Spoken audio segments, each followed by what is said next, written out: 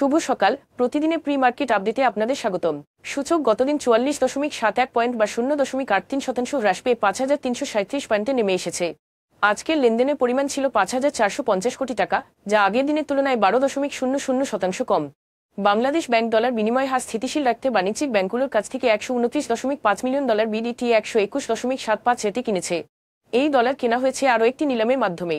Budget ঘাটতি পূরণ ও অর্থনৈতিক চাপে বাংলাদেশ সরকার Asian infrastructure investment bank AIIB এর কাছ থেকে $1.5 বিলিয়ন বাজেট সহায়তা চেয়েছে। এটি সরকারের উচ্চ সুদের বৈদেশিক ঋণের ওপর নির্ভরশীলতার প্রতিফলন। বাংলাদেশ পেট্রোলিয়াম কর্পোরেশনের সহযোগী প্রতিষ্ঠান পদ্মা অয়েল কোম্পানি চট্টগ্রামের শাহ আমানত আন্তর্জাতিক বিমানবন্দর এবং জহুরুল হক এয়ারবেসে জেট ফুয়েল সরবরাহের জন্য একটি নতুন পাইপলাইন উদ্বোধন করবে আগামীকাল।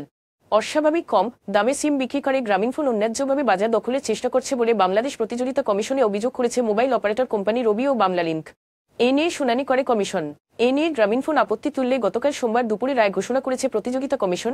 এতে গ্রামীণফোনের অভিযোগ প্রত্যাহারের আবেদন নাকচ করে দিয়েছে কমিশন। ঘোষিত রায় বলা হয়েছে, গ্রামীণফোনের বিরুদ্ধে মামলা ও বিচারকাজ চালাতে কমিশনের কোনো আইনগত বাধা নেই। এখন এ পর্যন্তই, ধন্যবাদ।